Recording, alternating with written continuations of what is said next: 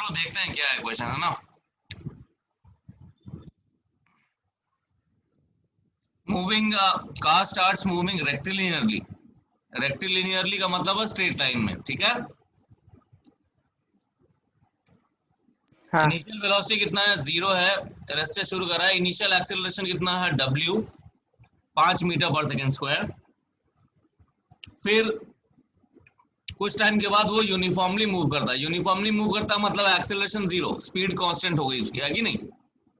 और फाइनली उसी रेट से डिसेलरेट भी कर रहा है, मतलब स्पीड उसकी घटने लगेगी और फिर वो स्टॉप में आ जाएगा ना, रुक जाएगा। टोटल टाइम ऑफ मोशन दिया हुआ है 25 सेकेंड्स और एवरेज वेलोसिटी दिया हुआ है 72 किलोमीटर पर आवर उस पूरे दौरान। तो बोला how long does the car move uniformly, मतलब बिना एक्सेलरेशन के कांस्टेंट स्पीड से कितनी देर के लिए कार चल रहा है। पहले काम करो, इसको पहले कन्वर्ट करो एसआई में। तो 72 इंटू 5/18 कितना हो गया बताओ, 20 मीटर पर सेकंड, है कि नहीं, बोलो। अब एवरेज वेलोसिटी क्या होता है, एवरेज वेलोसिटी क्या होता है बताओ। Average velocity is total displacement upon total time. तो 20 average velocity is equal to displacement अगर हम डी मान लें, divide by total time. Total time कितना है 25। तो डिस्टेंस कितना आता है, टोटल डिस्टेंस ट्रेवल्ड, बोलो 500 मीटर आता $500। है कि नहीं। चलो अब एक काम करते हैं, ये काम बहुत ही आसान हो जाएगा अगर हम एक वेलोसिटी टाइम ग्राफ बना लें, ठीक है। देखना ध्यान से, वेलोसिटी वर्सेस टाइम ग्राफ अगर हम बनाएंगे तो इनिशियली क्या है, रेस्ट पे है, रेस्ट पे है ना। और यूनिफॉर्म एक्सेलरेशन है। यूनिफॉर्म एक्सेलरेशन मतलब वेलोसिटी टाइम ग्राफ कैसा होगा, स्ट्रेट लाइन, मानते हो, बोलो हाँ स्ट्रेट लाइन होगा ना। उसके बाद फिर वो उसका एक्सेलरेशन 0 हो जाता है, मतलब straight line parallel to the time axis, है ना। और फिर उसके बाद वेलोसिटी यूनिफॉर्म रेट पे घटने लगती है और वेलोसिटी कितनी हो जाती है, 0। Part 1, part 2, part 3। अब एक चीज देखो, पार्ट 1 और पार्ट 3 ये दोनों का स्लोप सेम है, क्योंकि एक्सेलरेशन और डिसेलरेशन का वैल्यू सेम है कि नहीं। मैंने डायग्राम में वैसा नहीं बनाया, वो थोड़ा सा गलत हो गया, बट ठीक है, समझ रहे हो, बेसिक आइडिया तुमको लग गया कि 1 और 3 का क्या है, स्लोप सेम है हाँ क्या, बोलो। हाँ और स्लोप कितना है, 5 है। वेलोसिटी टाइम ग्राफ का स्लोप क्या होता है, एक्सेलरेशन देता है ना। तो ये मान हाँ लेते हैं हम हाँ टी है यहाँ पे, इसको हम टी मान लेते हैं। तो ये क्या हो जाएगा बताओ जरा, tan theta is equal to, इसको कुछ v मान लेते हैं, इस वर्टिकल हाइट को v मान लेते हैं। तो tan थीटा की वैल्यू क्या होगी बताओ, v/t। tan थीटा कितना है, 5 है। तो v का वैल्यू कितना है जल्दी बताओ, 5t, बोलो, हाँ। एक मिनट। है ना। हाँ सर, 5 TR है। हाँ 5t आएगा ना, सिंपल।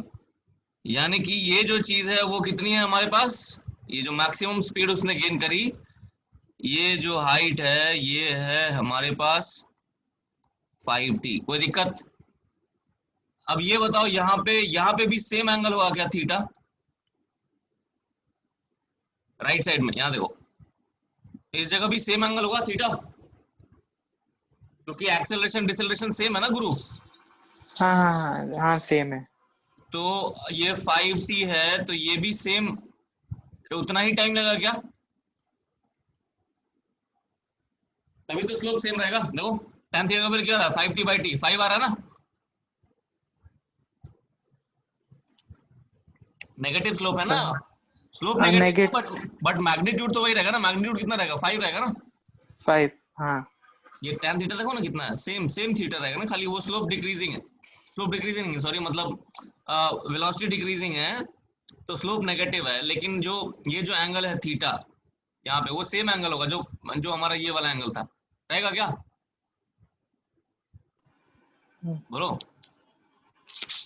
तो tan थीटा यहाँ वाला और यहाँ वाला, ये वाला दोनों सेम है। क्लियर? चलो अब सिंपल है। अब ये बताओ ये कितना बच गया? ये बचा 25 माइनस 2t। कोई दिक्कत? नहीं। अब ये पूरा एरिया निकाल लो। एरिया निकाल लो तो कितना आता है देखो तो। ये पूरा ट्रेपीजियम का एरिया निकाल लो। बोलो sum of half of height. Height कितना है? हाइट है इसका 5t। 5t और sum of parallel sum of sides. Parallel sides कितना है? ये वाला तो कितना है? जो नीचे वाला है वो तो 25 है। हाँ जो नीचे वाला है वो तो 25 है ना गुरु? हाँ हाँ। और प्लस ऊपर वाला कितना है? ऊपर वाला तो ये है 25 माइनस 2t। तो समझ गए क्या? हाँ तो ये कितना हो गया? 5t, लेफ्ट साइड में लिख रहा हूँ देखो, 5t इंटू कितना? 50 माइनस 2t डिवाइड बाई 2। ये कितने के बराबर है? 500 के बराबर है। टोटल डिस्टेंस 500 के बराबर था ना? हाँ। है ना? तो ये कितना हो गया? फाइनल आंसर आएगा हमारे पास 5t इंटू 50 माइनस 2t बराबर 1000। ये क्वाड्रेटिक है ना? हाँ। क्वाड्रेटिक है किसमें? t में। तो पहले तो ये काट दो यहाँ से। ये कितना आया? 200 200। हाँ। है ना? अब इसको उधर लेके जाओ। 2t स्क्वायर माइनस 50t, ऐसा कुछ आ रहा है। 2t square minus 50t plus 200 is equal to 0। आ रहा है? बोलो। हाँ यहाँ जो इक्वेशन लिखा मैंने अभी। हाँ हाँ अरे हाँ मेरा भी। हाँ अब इसमें t को सॉल्व कर लो। कितना आ रहा है? t दो तो दो वैल्यूज आएंगी। हाँ। कितना आ रहा है? क्वाड्रेटिक सॉल्व करो। t square minus 25t plus 100। t का वैल्यू कितना आ रहा है बताओ? 15 आ रहा है क्या? सॉल्व कर लो ना इसको। हाँ सही। 50 plus minus b square 2500 minus 1600 900 by 4। तो 50 प्लस माइनस कितना हो गया बताओ? 50 प्लस माइनस 30, प्लस 30 करोगे तो कितना आएगा? 80/4 20। और 50 माइनस 30 करोगे तो क्या आएगा बताओ? 50 माइनस 30 करोगे तो 20। हाँ 20/4 ये 5 आएगा। अब टाइम की दो वैल्यूज आ रही हैं, एक 20 आ रही है, एक 5 आ रही है। अगर मैं टाइम की वैल्यू 20 लेता हूं तो ये वाली चीज नेगेटिव हो जाएगी ना?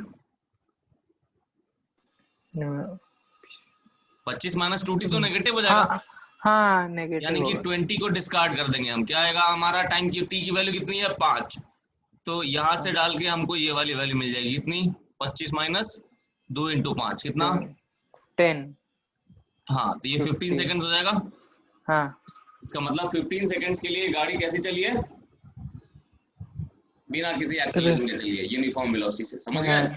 हाँ है कि नहीं? हाँ